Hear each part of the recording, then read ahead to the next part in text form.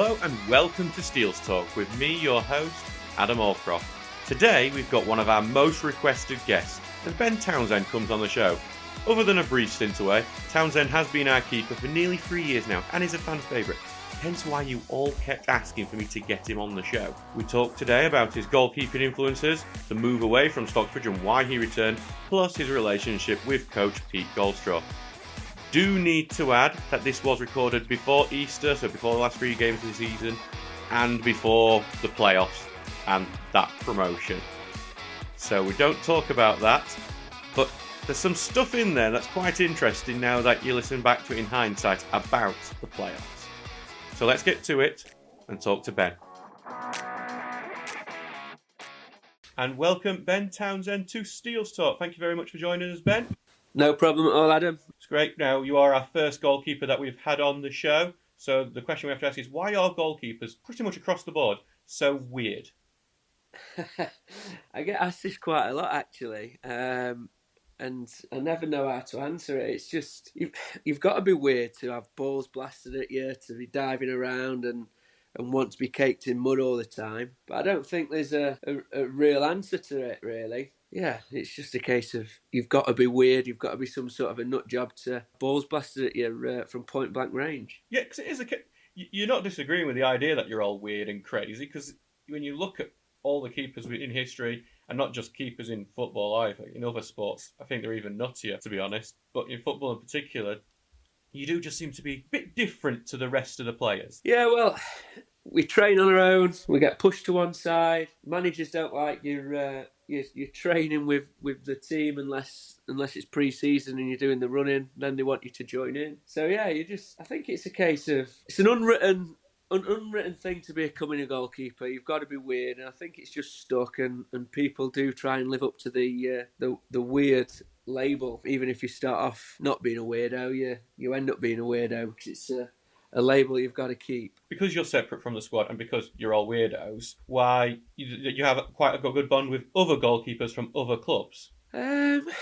Potentially. A lot of people might disagree. I think keepers have an understanding of how hard the job and the task is to be a goalkeeper. One mistake and it's a goal, and I think we just appreciate each other in that way, and you have a good bond with keepers that way, because it's a tough task. You do have a good bond with majority of the keepers. I'm not sure Heaton Stannington keeper would agree with that, but yeah, it's it is one of those things where we do tend to all get on. But yeah, other times when you visit the North East, let's say you visit the North East as a goalkeeper, and you happen to forget all your equipment, including your football boots, your goalie gloves, the opposition goalkeeper sometimes help you out with goalie gloves, don't they? Yeah, obviously it's a well-heard story now, and I think Jim's getting fed up of hearing this one, but yeah, I don't think it had happened anywhere else, I'll be completely honest, but luckily for me, on the day I did forget my kit, I did know the opposition keeper in Jim really, really well, and yeah, he did sort me out, so credit and thanks to Jim. So that Jim can stop hearing about this forever, let's do the comprehensive take on it now, so when he gets asked about it in future, he can just go, just listen to this, I've had enough of you. What happened that day? It was just a busy morning. I was coaching in the morning, so I had work till, well, it was 11:15, I ended up having to leave. We left Tucker's house at 11. I got there, got my coaching gear off, put my tracksuit on, went and put my coaching gear back in the car. Just picked my sandwiches up, got in Tucker's car, and we left. And I didn't think anything of it. I had a little bit of, in my head, I was like, have I got my kit or not? And I was like, of course I have, I'm not that daft. Turns out you were that daft. Didn't say anything to the lad. Got to Heaton, opened the boot, and my bag's not there, my boots are not there. And yeah, that was it really. It was just a busy, full-on morning, working and then trying to travel to the North East. But obviously in that game you had a brilliant match. You saved a penalty from Dean Fexton, who's a very good striker at this level, always been a good striker at this level. And then right at the end, Jim Pollard, the goalkeeper for Newton Aycliffe, comes up, brilliant header from him, and with his own gloves he gets it saved by you. Yeah, it was a weird one. I knew I'd made one mistake in not taking my kit, so I weren't about to let the lads down and use it as an excuse. What you don't realise is the gloves what Jim did give me had seen better days. I wouldn't even training the gloves which he gave me. They was well worn. I just had to trust the hands and trust the process. Because you had that great game, did Jim say anything to you afterwards when he was getting his gloves back? To be honest, it was all a little bit quiet. It was like, I don't think their coaches were too happy about it. So it was a case of gave him back, I said thank you, and that was it. He did come in and say, "Where's that big donut?" And yeah, I handed him over and said thanks. Does he want me to sign him? And then that was it. So we'll move on from that. So Jim now, you could just link to this anytime he gets asked about it and anyone takes the mick of him for it. Just to go back right to the start of your footballing career, because when I look for it, you seem to have gone through Barnsley and Rotherham United. But then what's interesting is that you headed off to do this Vision Pro Sports Institute, which had you playing in Spain and Portugal. So what was that all about, and what was it like playing over in the Mediterranean? Yeah, so unfortunately, I didn't get a scholar. So I went to the exit trials. From there, there's over 700 odd people there and about 100 goalkeepers, maybe a bit less, 80 goalkeepers. And you just go, you play a few games, and scouts are there watching you and whatnot, and did really well. And I got offered a trial for Kilmarnock, so I went up there for a week. And as I was over there in Kilmarnock, Duncan Ferguson rang my mum. He originally set up this VSI, Vision Pro Sports Institute, very similar to the Glen Hoddle Academy. And yeah, he offered me a trial out in La Manga. So I went out there for a week. There was another 40 goalkeepers which I had to get through. Made it to the final four. And yeah, I started off in La Manga on the golf resort for a year in Spain. And then the second year, the full company moved over to Lisbon, and we played in Lisbon for a year before the company unfortunately shut down, and they couldn't offer us anything. And it was just one of those, really. I think because they put that much trust and they put that much money into us, they was asking for a big fee from clubs, and it put clubs off. So not many people from there actually went and signed for any teams till the whole process had finished, and then quite a few players end up moving to a couple of teams from there. But yeah, in regards to playing in Spain, I absolutely loved it, and if I could do it again, I definitely would. And it was a great experience, and living away from home with your team, it was great for 2 years, and a 16, 17-year-old lad. So was it like you were playing in a league in Spain or Portugal, or were you just playing friendlies with this Vision Pro, or were you playing for particular non-league Spanish teams? We was in, it was a proper bad league. It was a really bad league, which we was in because they didn't know who he was. It was he was treated like a Sunday league team, and we battered teams, to be honest. But from there, with us playing the teams, we also played friendlies over in Spain against the higher teams, and more so Portugal. Played Lisbon quite a few times, and we stayed at their training complex. Played Porto a few times. We played Benfica. And we played all the big teams out there. We got tickets to the Benfica-Barcelona game in the Champions League, which was great. And yeah, it was a beautiful stadium, that. Yeah, we did quite a few stadium tours and the training facilities and their campuses, and we toured them all, and it was unbelievable. Yeah, it was great. The best thing about it, really, though, for me, was we had mentors. So they used to come out and see us. So one mentor was Mark Hughes and Stephen Warnock. Oh, wow. One was Ian Wright and Sean Wright-Phillip, and then managers going from Bobby Davidson, Mark Lillis, who was at Huddersfield. Then we had Paul Simpson, who won the Euros with the under-20s England a few years back. Won the World Cup as a manager. He left Vision Pro when it all went, it all stopped, and he ended up going into the under-20s for England and won the World Cup with them. So yeah, we met some good people along the way, and had some good experiences. It was great. Mark Poom as well, he came out and did a few weeks coaching, and that was a good experience. Really worked with some top people. Oh, it sounds brilliant. I mean, I've been to Portugal. I've been that Benfica campus, that's where they train into. I got to go there to watch a youth match, and that is a hell of a facility. It must have been great to be there. Yeah, it was. It really was. We travelled up and down, and like I say, Porto was great. Sporting Lisbon was really nice as well, and yeah, I'm just really grateful for training on those facilities and staying over in their complexes. So when it all ends there, and you come back to England, and you're playing for teams around this way, like Henna Town and Worksop, is it a bit of a crashing back down to earth feeling?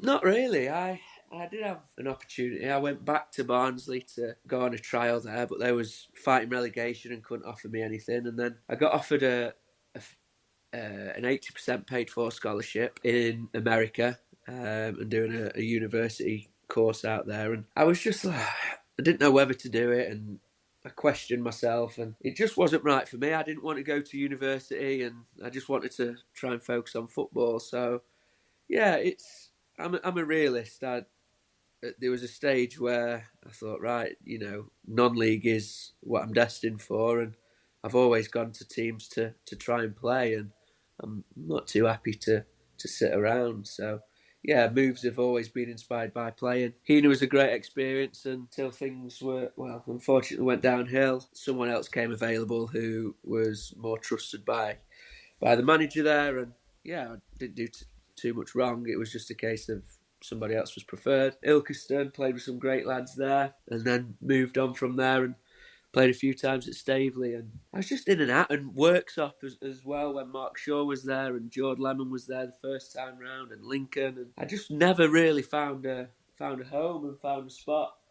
I wasn't really trusted for whatever reason, and that's fine, but learnt a lot along the way till I started playing a lot at Renneth. I stepped down a few and took the chance to step down and just play games of football, and that's all I wanted to do. And I was an absolute peanuts, and by the end of the season I was made captain, and I was really, really had a good go at it. And then unfortunately an ACL injury ruled me out for a year. On that ACL, because obviously that ruled you out for a long time while you were at Worksop. What is it like when you get one of those really serious injuries? Because obviously you're not going to go straight for an operation like you do at a professional club, and you're presumably not getting paid either. No, not getting paid.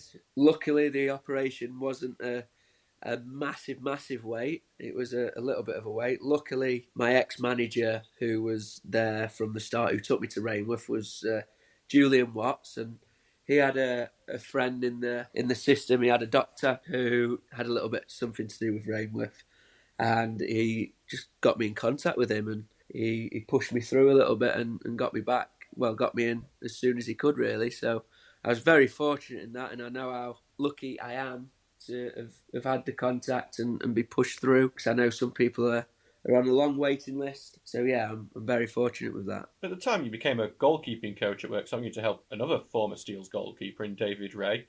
He's the only Steels goalkeeper to ever scored as well, just because I know that's something I think you'd quite like to emulate. Can't take penalties though, Adam. No, but no last-minute headers. Was that your way of trying to stay into the game? Because I imagine when you have a long-term injury in non-league football, it could be very easy just to sack it off and decide, I'm retired, I'm done, I'm just going to concentrate on my actual career. It never ever crossed my mind. Football's been part of me for forever. Never crossed my mind. I just had to keep saying, really. And I got injured at Rainworth. I was playing under Craig Denton, and it was Dent who asked me to come in and be the goalkeeper coach for Dave while I got fit, and I had physio there as well. So it was good, really. It completely voluntary. I just needed to get out and get my Saturdays at football, and yeah, it did help a lot. I managed to make one appearance in the 22 winning run, and got a clean sheet away at Hemsworth, and played really well. And then after that was it. So it was a nice little taste back in, and felt great at the end of the season to contribute in a coaching capacity. But yeah, I had to move on from there and get back playing. You talk about like finding a place where you could play regular football. It seemed like the place where you found a really good home, and a home that loved you probably as much as you loved it, was Handsworth. I think that was the case, especially as you was the captain there as well. Yeah, went through a couple of managers there, and it was amazing. Really put myself like on the non-league ladder more than I had been. Had some really good seasons and left 98 appearances, which was disappointing not to get to 100. The chairman's there, Steve Holmes and Wardy, they were just amazing. It was a proper family club. Russ Eagle, who took me in, and then I had Aidan Spowage with Dodo, and it was great. Really enjoyed my time there. And like I say, I got made captain, and then I was vice captain the last season I was there, but with injury to Sam, I ended up being captain for most of the season before before I ended up leaving. So a lot of traditionalists would say that the goalkeeper should never be a captain because you can't be in the middle of things, dictating it all and showing leadership from the middle of the pitch because traditionally it's centre-backs or centre midfielders. What is the difference of being a captain from as being a goalkeeper? I disagree with this comment massively, and I've had arguments with managers in the past when I was captain at Handsworth, and then Sam came in and he got the armband because he didn't agree with a keeper. Is it Sam Finlaw? Yeah, and I didn't agree with it, and I made it known. I don't think there's anyone better to be a captain than a keeper. You know, people have their opinions, and my opinion is a keeper can see the whole of the game. So yeah, I don't see anything wrong with it. It doesn't make a difference to me who's captain. Everybody, we should have 11 captains on the pitch. It was just how things was done, and yeah, I don't know. I disagree with the term keepers shouldn't be captains because you look at Neuer, you look at Buffon, you look at Casillas. They're the three best keepers in the world, or was the best keepers in the world. Oliver Kahn. They were captains. They're the best keepers in the world, and they were the best captains in the world. Yeah, you can't really disagree with that, can you? So yeah, no. Like I say, in my opinion, I don't think there's anything wrong with it. But whoever's captain on the day and whoever's captain on the pitch, it shouldn't matter anyway. It's a case of they're talking to the ref, but everybody else should be a captain and everyone's a leader and everyone does it in the changing room, everyone does it on the pitch. You know when you beat Stocksbridge in the FA Cup while with Handsworth? Yeah. 5-2 I think it finished. How much did you enjoy it? Because I think I heard you when I was trying to sort some things out afterwards, near the changing rooms. It was good, and I think we beat a team who were in the league above, you know, and for a team like Handsworth at the time who was going through a bit of a rebuild, it was obviously a great feeling to know we'd beaten a team in the league above, and we went on an absolute crazy FA Cup run that season as well. But yeah, knowing quite a few of the Stocksbridge boys, it was nice to get one on them at the time. How many texts did you send to Ross Goodwin that night? Not too many. I know when to push Ross, and I know when to not push Ross, and I don't think that was the right time. Well, actually, yeah, I'm thinking about it, everything that happened that day, yeah.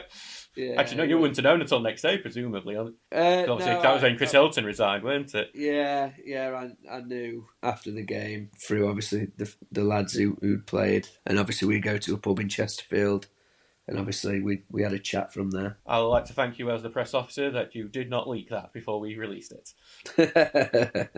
About a year, well, it's basically just over a year later, you know, Stocksbridge have lost their goalkeeper.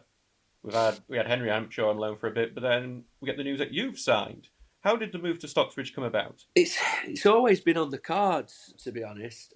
There was a few times under Hiltz where I was going to sign. When Jacob Carney's loan ended and it wasn't going to be renewed by Man United, 7 days went in for me and we'd agreed. Well, I spoke to Hiltz, and then as I'd told Handsworth, Man United offered Jacob back. So I ended up staying at Handsworth from there. And I was going to come then. And then when Harrison left, I was talking to Ross, and it was a tricky decision, and I like to do things the right way because I don't like to burn bridges, and obviously I respected everybody at Handsworth, but yeah, it just felt like the time was right to step up a league, and I've always admired what Ian's done, whether that be at Penistone or what he was doing with the lads at Stocksbridge. I just wanted a piece of it, and yeah, it proved to be a great decision. Obviously, you came into that side that was really on a roll at the time. You know, they were on a great run of form. That was the form that essentially cemented in the playoffs. What was it like coming into a group of lads? Obviously, you're on a big roll at that time and looking, you know, very good and looking like they could have even challenged the top two.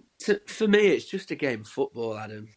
The pressure doesn't really get to me. I just walk on the pitch, and whether I'm playing Sunday League or in the playoff, I've just got to keep the ball out of the net. It's easier said than done, but that is my job. So yeah, I didn't feel any pressure coming in. It was fine. I knew a lot of the lads, and I settled in really well. As I'm sure you would be able to tell on the bus on the way home from some of the away games, I settled in quite quickly. Yeah, I'm thinking of North Shields away in particular. Yeah, 3-0 win.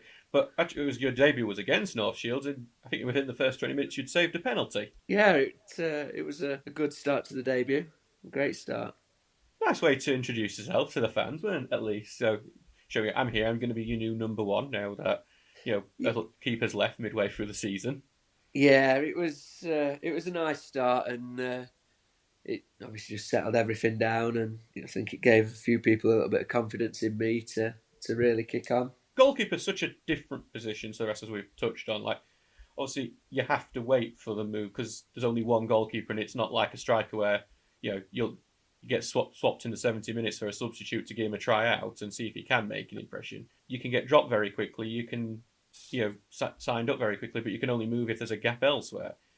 Does that make it quite tricky to either progress as a keeper high up the leagues if you want, or to even like claim your spot back if you do lose it? Yeah, it is tricky. Like you say, there is only one spot, and managers have a preference, and they tend to stick with that keeper, and they don't tend to change too often. So yeah, it is hard to progress, but I've managed to get to this point now, and I'm quite settled and happy. So, okay, that first season, with Stocksbridge, I say we made the playoffs. How exciting was that running, especially going up to Stockton on that Tuesday night, and we did have the shootout where you obviously not only saved a couple of penalties but scored one yourself, even if the night wasn't successful in the end. I'll trade that night again to go through and get into the playoff final. I'd trade scoring the penalty, I'd trade saving penalties, I'd do anything to get us in the final and get us promoted, and effectively that's the aim this season. But it was a great night, great achievement, and as people say, one of, if not the lowest budget in the league, and the big underdogs. And even when I was at Handsworth, we was looking at the lads, we was like, Christ, these are flying. When's it going to stop? Like, surely it can't carry on. And it just did. It was just like it was a snowball. It just carried on going. It carried on going, and it was great to be involved in at the end. Now, onto the penalties thing, because we've always known that you're a really good penalty saver. You've got a very respectable record of that, and you always seem to get one in a shootout. But when did you discover that you were really good at taking penalties too? When I was quite young, I used to be the penalty taker for my old Sunday League side when it was juniors, and then playing Sunday League as an adult stopped a couple of years ago when I had the little one. But yeah, I ended up scoring about 10 penalties in a season when I used to play outfield. So I've always took penalties and very, very rarely missed. And hopefully the scoring stat continues for whenever we do get a penalty or in a penalty shootout, because Ian won't let me take him in the game. On that, I'm going to give you a bit of time now, because I think Ian actually listens to these. God help him why he does, but I think he might. This is your chance now to give like 30 seconds to give a pitch to Ian why you should be taking the next penalty. I don't think I need 30 seconds, Adam, if I'm honest. He always says, what if you miss? What if you miss? But I think it's a negative outlook on it. I'm not going to miss, so just let me take them. Have you been sending in videos? Was it Jose Luis Chilavert, was it, who used to take the penalties and free kicks over in South America? Yeah, I think it was. Free kicks was the one, and I didn't used to be bad at free kicks. They're not great anymore, to be honest. But yeah, penalties are the one. I think there has been a fan campaign, but I think you've lost out on that, especially now Luke Rawson's back in scoring them. Yeah, I tried getting a petition going, but yeah, it didn't happen. Rawson has missed a penalty this year though, so I've not. So one thing I think the listeners might want to know is that you do bug me quite a bit in the chat, in like direct messages, to go, what's my clean sheets? What's my clean sheets, and how close am I to the various Stocksbridge records, which we didn't know until I went through. Thank you to the Football Archive, by the way, for having all of our results so I could go count. You could have missed a few off, though. I'm very confident you're on 19 right now. No, you could have missed a few of the record off and got them on 19. I'm sorry. I'm not taking away from Andy Carney unfairly, because that is the current record. 22 clean sheets, Andy Carney, and I think 96, 97 we were second in the Northern Counties. And there was a lot more games back then, because there was like 5 different cup competitions. Yeah. You're currently joined with Steve Hodgson's record, the second most clean sheets ever, with 19 this season. Got clean sheets, the thing you take the most pride in. Yeah, definitely. To get 19, I think it's my record in men's football. I think it's, if we'd have said at the start of the season, 19 clean sheets, it'd have been absolutely brilliant. And to come in after, I think 7 games had been played, something like that, and miss those 7 and still get 19, I do think it's a great achievement, and hopefully get a couple more between now and the end of the season. But yeah, I'd have snapped my hands off at 19 clean sheets. And it'll be a proud moment come the end of the season to know I've achieved that. We did have a bit of a debate in the car school on the way to the game the other day. It was between me and Luke Rawson. Boring debate if Rawson's involved. If Luke had played in goal for a full season and I'd played up front for a full season, would I score more goals than Luke with clean sheets? Because currently I've kept more clean sheets than Luke has scored goals. And he thinks it's easier to keep clean sheets than it is to score. I'm backing you on that. As someone who played keeper as a youngster and does it in other sports, it's harder to You've got not one concede. chance to keep a clean sheet in a game. You have numerous chances to score in a game. It's not my fault he ducks out of the way of crosses. He didn't on Saturday. He didn't on Saturday, but that's a rarity, Adam. Yeah, his dad likes to tell him that as well. I think the argument Luke might have that he'd do it is that your defence has been very good this season. There's been a few times when we've all been discussing Man at Match Award and you've had a clean sheet, so your name comes up, and he goes, well, he didn't actually do anything because the defence just did everything. And then what people in the stands don't see is the organisation from behind the defence. I did say it on Twitter the other day, on X as it's called now, how brilliant the back four have been, especially the two meatheads at centre half. They've just grown as the season's gone on, and it's been a pleasure to play behind them, and they do make my job easier. To get 19 clean sheets, it isn't down to me, it is a team effort, and the defence have been absolutely solid, whether that be Jord Lemon or TC at right back. I think Jord was brilliant when TC was out. I think he came in and he was great as well. So it was like nothing changed. We've had a pretty set back four all season, just with a change at right back. So I do give the four of them a lot of credit. I don't give Tinks credit a lot. I like to wind him up a little bit, but yeah, he has done all right, and we've defended really well as a team. What amazes me is that you've got the two centre backs in Elliot Owen and Polly Goulden who's been there most of the season, but they're both like 19 and 20. Typically, you have one experienced one to sort out the younger one. We've got two younger ones, and they've very rarely made mistakes this year. It's kind of amazing. It shouldn't really happen. It shouldn't happen now, but I think that's the way the game's going now. You don't come up against many physical strikers, so I'm not saying defending's getting easier, but it's certainly changed. Things are going into feet more, so they've good football. They've got good football brains and deal with the ball on the floor, and when it does go in the air, they do win the fair share of headers. But I do think defending has changed quite a lot, because I think attackers have changed a hell of a lot. So they've done great, and I really wouldn't change any of them for anyone in the league. So last summer, obviously, we're coming off the back of what was a disappointing season in Stocksbridge, where we were fighting against relegation, which was not what we wanted to do after being so close to promotion the year before. Obviously, in the summer, you as well as a couple of the other lads decide you're going to make the move to Matlock Town.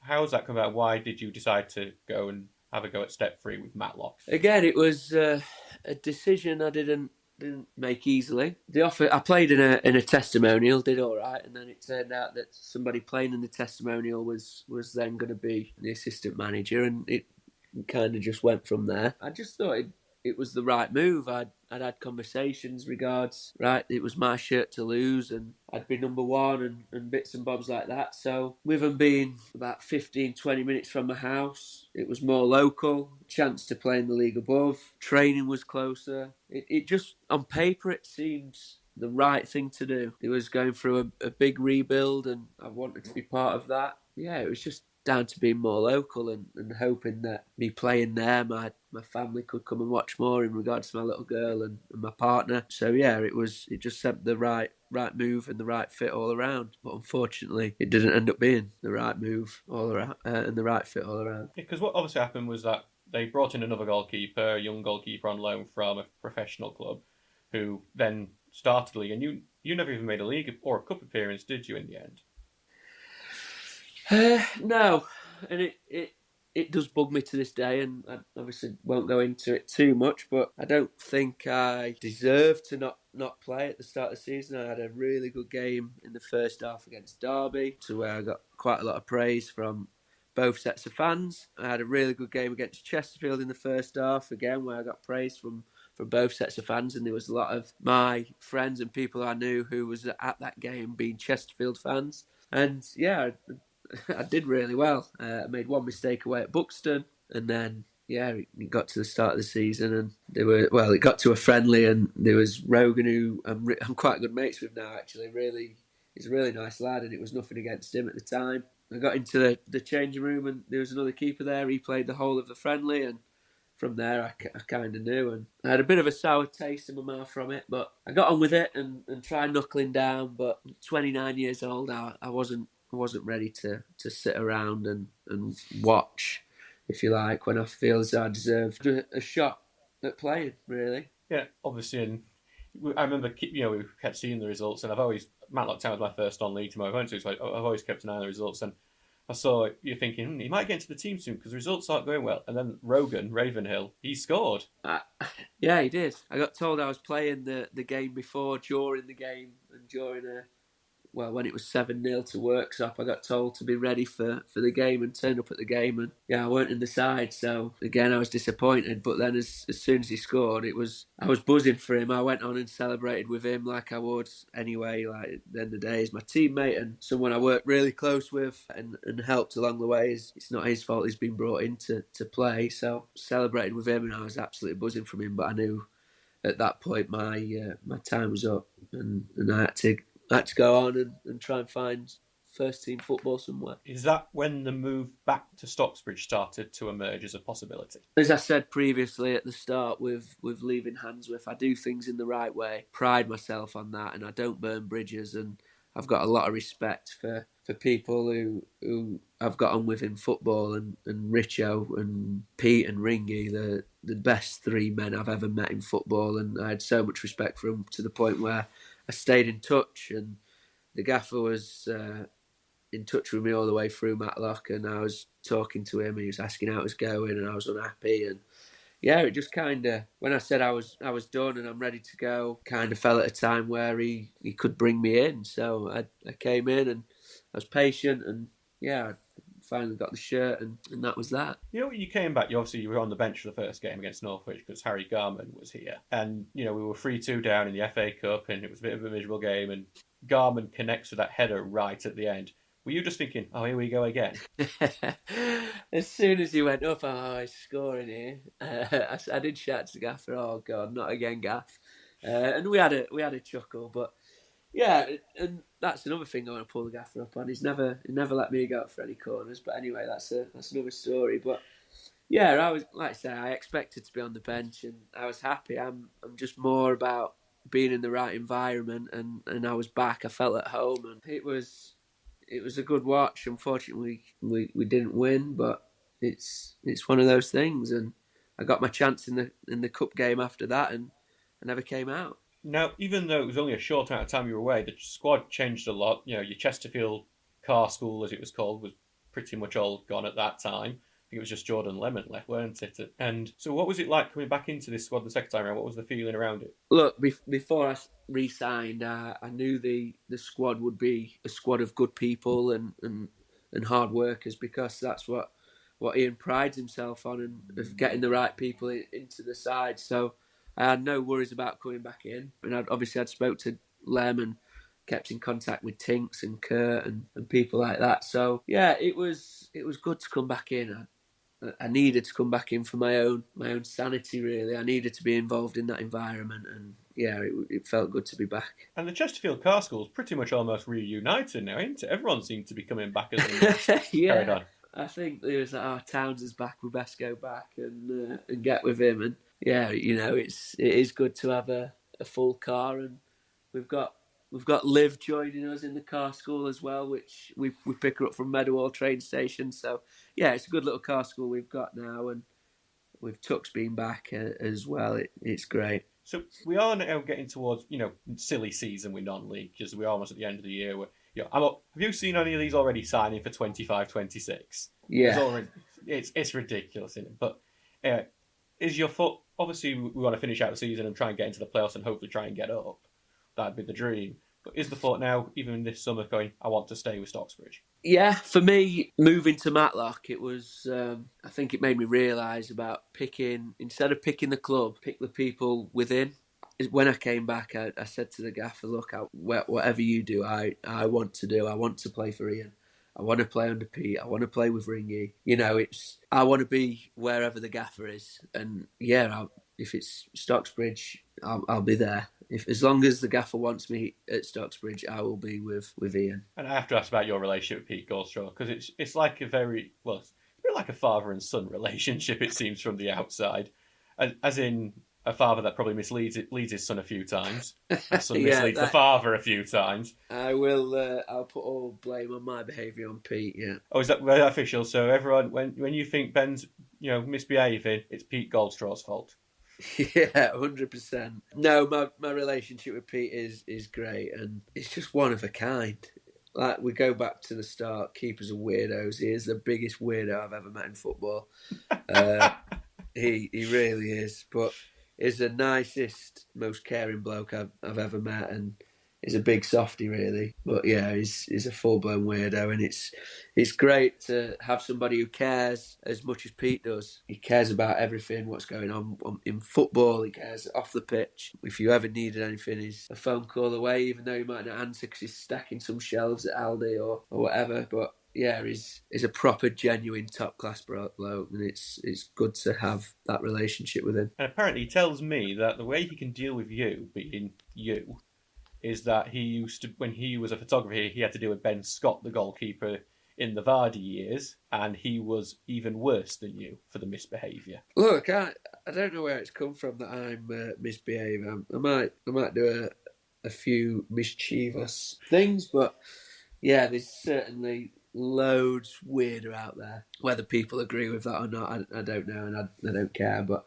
yeah, he has told me a few stories about Ben Scott, and I'm nowhere near as bad as him. I've never met him or come across him, but some of the things Pete said are quite shocking, actually. Well, he has saved a life at a football match after being sent off, and you can't say much better than that, can you? No, he's that's what he's there to do, save, isn't it? So he's saved a life, he's saved goals, he's done his job. Yeah. Ben Scott, if you're listening, please get in touch. I want to have you on the podcast.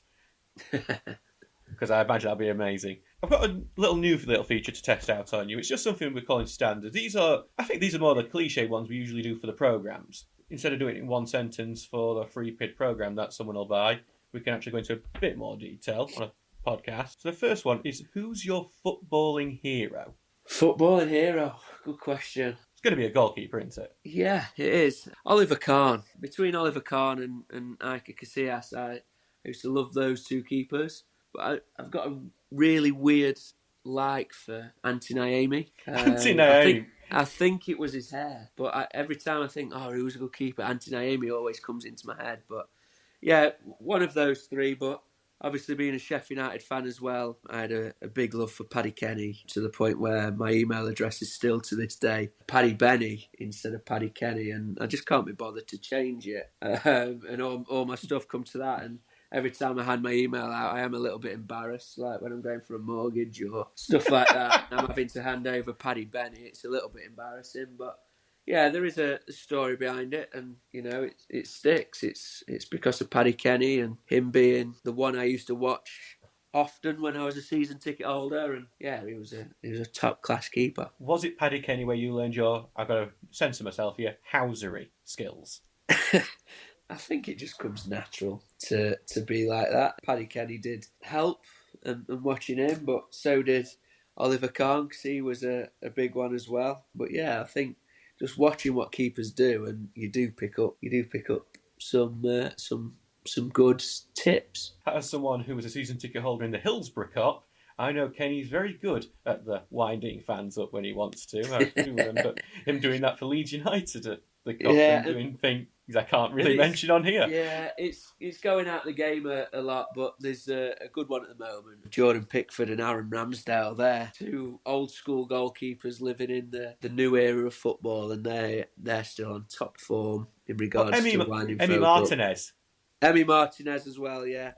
But like I say, there's not as much going on now. There's just the odd few who do wind folk up, but yeah, it's all part and parcel. And I think Ramsdale said in a podcast not long back about him having to concentrate through and singing songs, this, that and the other. Mine is listening to what people are saying behind the net, and whatever names they call me, I listen to it, and I just have a laugh. And when we go and beat them, I can turn around and give them a smile and a wink and blow me a kiss. And yeah, listening to that, it just gets me through the game, and I enjoy it. I'd rather someone give me stick than it be quiet. Oh, imagine when you played against us for Handsworth. I know the fans who were stood behind the goal, and I imagine they said some very funny things to you. Yeah, and they do it now still, and I can hear them. Luckily, it's not to me. So, what's your favourite football moment? One you've been involved in as a player, and one as a fan. Great question. So one as a player, and you probably won't believe this, but I can get proof from an ex-Handsworth player as well, Anthony Mackie. When I was at Barnsley as a kid, we was away at Carrington playing Man United and was 1-0 down.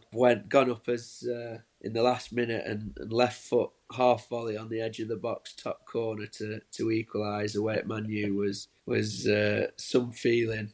As a kid as well, but yeah, it was a great feeling, and that's one I'll always remember and tell the grandkids. But and then as a fan, probably the playoffs in, I think it was either 2004 or 2006 when Sheffield United played Notts Forest in the playoffs, and Pesky Salido scored, and it was to score the winner. Bramall Lane, he whizzed off. He scored 2, and we won 4-3. It was just unreal. In fact, it was 2003, I think it was. So I was only 8-year-old, but it'll always stick in my mind of him coming on and scoring 2, running off his shirt wrapped around his head, running off doing the aeroplane. It was just a surreal game to be there and watch. I'll be honest, knowing you were a Sheffield United fan, I didn't expect you to say anything to do with the playoffs. No, yeah. After that wasn't great, but the semi-final was, I just remember it like it was yesterday. It was such a iconic game, and it was brilliant. But the other memory actually was Michael Brown's hit against Pressman on the volley at the edge of the box. That was a good one. I was there for that as well, sat in the corner with my dad and my older brother, and yeah, what a hit. You just have to bring up one of those, didn't you? There's many more as well, actually, against Wednesday. The Duffy 4-2, that was a good one. And you know, the good thing about the rivalry, really, over the last 20 years, is that obviously United had the better league positions because they've been in the Premier League, but the derbies have been pretty much even, because there's been a period where Wednesday were doing well in them. Now United's doing better in them. Yeah, well, they're good at, yeah. We've all got our chances to wind up the other, which makes for a good rivalry. We are on top, though. Okay. For the last few years, haven't we? So we'll see how the playoffs go. I know Anthony Mackie, by the way, if you're listening, I want proof of that. Yeah, I can get him send some proof in. Just the last one here. What is your biggest dream in football? Winning something, really. Obviously, at this stage of my career, that's as much as I can dream and hope for. Just winning something, whether it be promotion through playoffs or automatic, whether it be a cup, just that feeling of lifting a trophy or celebrating actually going somewhere with a group of players and a team, and hopefully in the next 3 games plus 2 we can do that. That's a massive dream, really, to push on and win something. Now, on to the final little section, so we're almost done, is the fan questions, guessing you most look forward to. Yeah, especially from Harry. You'll be glad to know that I have had to censor most of them, and most have got dropped before they've even got near me, because there's ones where it's from your other players where I don't know what it means, and I'm just terrified to know what it means, to be honest. And I've learned the old adage, if you don't want to know the answer, just don't ask the question. So, this is a nice one from Tom Hawley. What would be your Stocksbridge 5-a-side team? And you can include yourself if you want. Well, it's got to be the team that won at goals that cold, icy morning. God, yeah. Jack Tinker in goal. He was great at. He was actually, weren't he? He was great in goal. So I'd go Tinks in goal. That's as much as he gets into my team, by the way. He can go in goal. I'd have me at centre half. I'd have Kurt Turner. We had Dan Nelson and Silas, if I remember rightly, in the rest. Yeah, I'm going to change them too, actually. Poor Kurt. Dan, poor Silas. I'd have Kurt. Do I have Deeks or O'Connor at 5-a-side? Oh, I'm trying to think myself. Which one? I'd have Deeks, just so it balances it out with the left foot. I'd have Wander a left foot. And I'd have Tucker. Now that Tucker's back, you can have him. You have to do that. It was great fun that day. Yeah, it was decent, and if I remember right, I scored the winner in the final. You did, and you can watch it all back on YouTube. So yeah, it'd be Tinks in goal, me at centre half, Deeks and Kurt in the middle, and Tucker up front. Good team, that. Silas and Dan will be CV. Yeah, well, yeah. And there's actually one other question that actually made it through that I was okay asking before, about being terrified of what the answer would be, or if I was going to get into trouble myself saying it. This is from Mike Bailey, fantastic photographer who goes all the top bloke, Mike. By the way, all the lads and myself and the coaching staff really appreciate everything he does and taking time out, and hopefully he's there for the last game of the season at home, and we can share a beer again because he's a top bloke. He is the best non-league photographer, football in the country. I'm not sure Clint will agree, but yeah, I agree. I'm sure he doesn't listen to this. So he's asked, what will happen first? Stocksbridge Park Steels making it to the Premier League, or Jack Tinker scoring a goal? I've got more chance of going to Moon than Tink scoring a goal. Yeah, Stocksbridge to Prem, 100%. There must be a bet that if you score before he does, that he's got to pay a forfeit of some kind. I mean, he won't even take a penalty, will he? Does the shootouts class as scoring? No, they don't. Yeah, it's been close. It still baffles me why the gaffer puts him in the box from corners. I'd much rather have TC in the box causing chaos and actually going for goal than Tinks. But yeah, hopefully before the end of the season he gets a goal, and it's an important one to either get us in the playoffs or win us the playoffs. That'd be ideal. I think he's just waiting for the right moment to score the goal.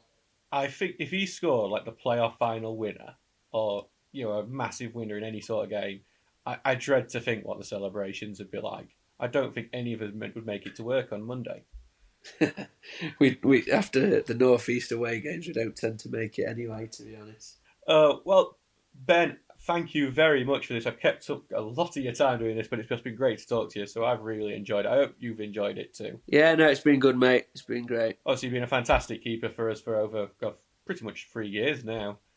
And actually, technically, you're still capable of getting the clean sheet record this season if we make it to the playoff final. Well, with any luck, we can get a clean sheet Saturday, clean sheet Monday, and a clean sheet the following Saturday, and that'll be the 22, and that'll see us in the playoffs, and who knows what'll happen. So, yeah, hopefully we get a couple more, and that'll be great. Yeah, to get to step 3 again with Stocksbridge would be amazing, and I think this team really does deserve it. Yeah, hope so. With what everyone's done this year, hopefully everyone can stay together and really kick on. So, yeah, it'll be great.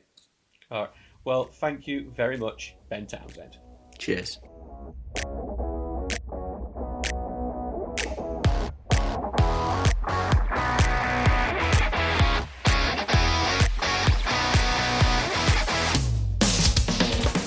Thanks to Ben for sharing his time with us. A lot of that became much more interesting hearing it back after we got promoted through the playoffs, didn't it? Thank you all for listening. Please do like, subscribe and follow on whichever platform you listen to us on. We'd also love your 5-star reviews, which really do help to grow the podcast. We'll try to get more episodes out over the summer, so keep tuned for more. Goodbye for now.